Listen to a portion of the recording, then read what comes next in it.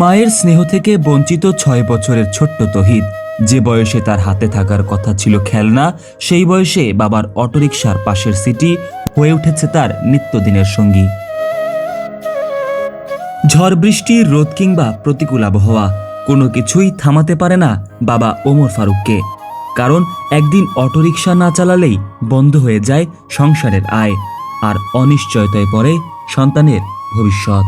যেরকম অনেকদিন না চালালে নিজে পেটে ভাত ধরে না, ছেলে আমার তো ভাত খুঁজছিল দুপুরবেলা, কাব্য ভাত খাবো, আমার থেকে 1 টাকা না দিয়ে আমি ভাত ওরা আনি দিব, ঢামের থেকে নিয়ে পানি খাওয়া, 1 মুখ খাওয়াই সাবু খা। ওই দিনে খাওয়াইতে পারি নাই, বুঝে করে গাড়ি পাইনি, রাতও খাওয়াইনি, দিনেও খাওয়াইনি, ওরা খাওয়াইতে পারিনি, আমি নিজেও খাইনি, ওরা খাওয়াইতে পারিনি। 2025 সালের কোরবানির ঈদের 1 সপ্তাহ আগে তার স্ত্রী 6 বছরের তাহিদ ও 4 মাস বয়সী আরেক পুত্র সন্তানকে রেখে অন্য একজনের সঙ্গে চলে যান। কিছু টাকা ছিল লকারে, আমার কিছু স্বর্ণ ছিল, ওগুলা মোবাইল একটা ছিল, সব নিয়ে চলে গেছে। আমি তো কিছু মায়া করি না, ও যদি বলছে আমার জীবনটা ওরা দিয়ে দিতে, আমি দিতে পারতাম না, আমার ছেলেরা যদি সাথে রাখতো। তিনি অভিযোগ করেন, এ ঘটনায় তার শাশুড়িরও ভূমিকা ছিল। মুহূর্তেই ভেঙে যায় তার সাজানো সংসার। কিন্তু ছেলের কষ্ট ও সহ্য করতে পারলো, আমি পারি না। মা মারা গেছে 10 বছর বয়সে, ওই সময়তে কষ্ট হইতে এত বড় হয়েছে। সেজন্য আমি কষ্ট জিনিসটা মানুষের সহ্য করতে নিজের সহ্য হয় না, সেজন্য আমার ছেলের কষ্ট আমার সহ্য হয় না। 2 শিশুকে নিয়ে দিশেহারা হয়ে পড়েন তিনি। পরে 4 মাস বয়সী ছোট শিশুকে লালন পালনের জন্য তার এক চাচাতো বোন দুবাইয়ে নিয়ে যান। আর বড় ছেলে তাহিদ আজও বাবার ছায়াসঙ্গী।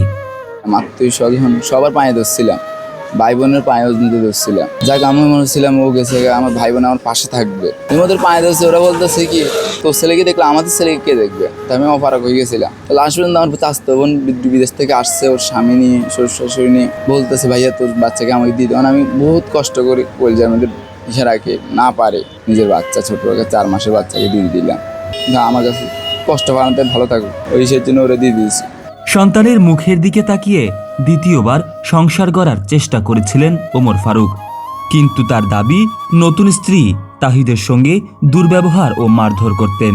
সন্তানের নিরাপত্তার সঙ্গে কোনো আপোষ না করে শেষ পর্যন্ত সেই সংসারও ছেড়ে দেন তিনি। দরজাটা আটকাইয়া ছেলের মারা ধরে, অশিকে যাইতে গেলে তো অশিকে যাইতে গিচ্ছে একটা ক্যামেরা ফিট করছে, মানে ক্যামেরা ফিট করছে তো বউ না জানে, ওই ইয়েরা দেখাতে ক্যামেরা চেক করে দেয়, ঠিক আছে ছেলের মারে, তো ইয়েরা বড় বাদ করে দিছে, ও আমার বাচ্চা আই হত মরণ, তারপর আমার বাচ্চা আমার বুকে থাকে। এরপর থেকে বাবা ছেলের জীবন সংগ্রাম শুরু হয় নতুন করে। জীবিকার তাগিদে প্রতিদিন অটোরিকশা চালান ওমর ফারুক। একদিন গাড়ি না চালালে শুধু আয় বন্ধ হয় না, অটোরিকশার মালিকও গাড়িটি অন্যের কাছে দিয়ে দেওয়ার কথা বলেছেন। যদি একদিন হারুজি করে নিজের পেটে ভাত চড়ে না, অন্য কোনো কামও করতে পারি না, ছেলে কান্না করে, কান্না করলে আর আমি রাখার কোনো ইয়ে নাই, আমার কাছে গতি নেই ভাবত। সেই জন্য আমি বাচ্চাকে যেমন এই অটোগ্রাফিটা দূরে রাখছি। কোম্পানি বলে দিয়েছিল একদিন ইনকাম না দিলে গাড়ি নিয়ে ফেলবো। তাই এক প্রকার বাধ্য হয়েই প্রতিদিন ছোট তাহিদকে সঙ্গে নিয়ে রাস্তায় নামেন তিনি। বাবার কর্মস্থল যেন আজ শিশুটির বেড়ে ওঠার ঠিকানা। কথা বলতে গিয়ে কান্নাজড়িত কণ্ঠে ওমর ফারুক বলেন, জন্মদাতা মা কিভাবে নিজের সন্তানদের এভাবে ফেলে চলে যেতে পারেন।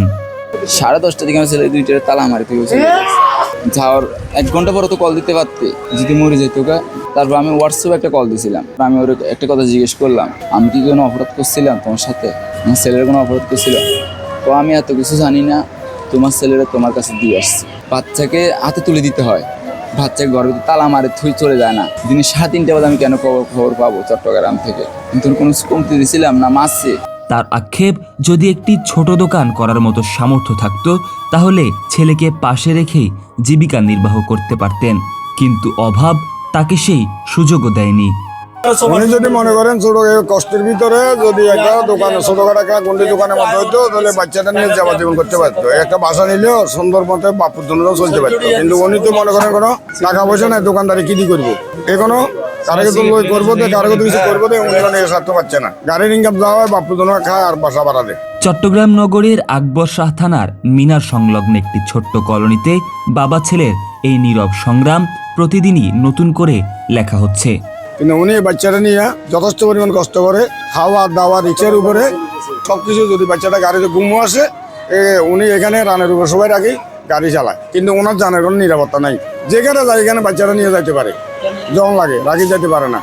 এ হলে তো তার মনে করেন তার কোনো বাড়ির কোনো ঠিকানা আমরা পাচ্ছি না, কোন জায়গায় বাড়ি আমরা কোনো সময় জানিও না, শুনিও নাই। তার বেলে আপন বন্ধু আছে, এগুলো বলে এলাও করে না, রাখে না।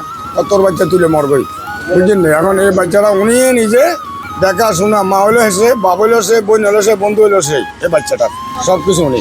একজন বাবার সীমাহীন ত্যাগ আর শিশুর নীরব শৈশব হয়তো আমাদের সবাইকে একবার হলেও ভাবতে বাধ্য করবে।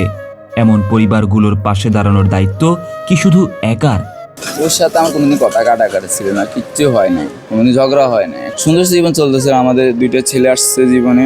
এই আমার ছেলে ছোটটা আসার কিছুদিন পরে ওর মার সাথে আমার কথা কাটাকাটি ছিল, আমার প্রেমী ভাই বোন নিয়ে। আমার মা মারা যাওয়া, আমি বলছি আপনি যাই বলেন, আপনি মাঝখানে পাইলে আপনি আমাকে বলতে পারবেন, তাছাড়া আপনাকে বলার কোনো না ওদিকে নেই। আমার ফ্যামিলি নিয়ে তো আপনার কথা বলার কোনো দরকার নাই, আপনি দরকার নেই, আপনাকে বলা লাগবে না। ওই মা কিছু কথা বলছে, এমন মা রাগটা পোষণ করছে, করে মেয়েকে অন্য ছেলের নাম্বার দিছে, মেয়েকে অন্য ছেলের নাম্বার দিয়ে বলতেছি কি ছেলের ডেলি 2,500 টাকা রুজি, ওর সাথে কথা বল। এটা আমি পরে জানছি যাওয়ার পরে। তো ওই কথা বলতে ওদের সাথে প্রেম হয়েছে। হওয়ার পরে ওর দুলাভাই, যেমন দুলাভাই শেয়ার করছে, যেদিন যাবে 2 দিন আগে দুলাভাই শেয়ার করছে, দুলাভাই বুদ্ধি দিছে এমনি কর এমনি। তারপর কি আমি তুই ছেলেরে, ও ছোটো ছেলেরে ঘুমে থুইছে, 4 মাসে যেটা ছোটোরে ঘুমে থুইছে, আর এটারে থাবড় মারছে। থাবড় মারিও ঘরে স্মার্ট টিভি ছিল, বুঝুন কি না, ওই স্মার্ট টিভি ঘর টিভি দেখে আমি আসতেছি বাজারটায়, থাবড় মারছে আমার বড় ছেলে, থাবড় মারি আমার ছেলে কান্না করতে করতে টিভি দেখতেছে। পরে যে জানছি আমি চাকরি করতেছি। আমার ছেলে এই যে আমি দিনের ওরে মনে হয় যেদিন যাবো ওদিন 9টার দিকে ওর টাকা পাঠাইছিলাম কোরবানের বাজারের জন্য, টাকা পাঠাইছিলাম। যাওয়ার পর থেকে আমি বাচ্চাকে নিয়ে আসি, থাকবো যতদিন নিজের জীবনে পান আছে, রক্ত আছে, এতদিন ছেলে কিনে থাকবো, আল্লাহ যদি রাখে।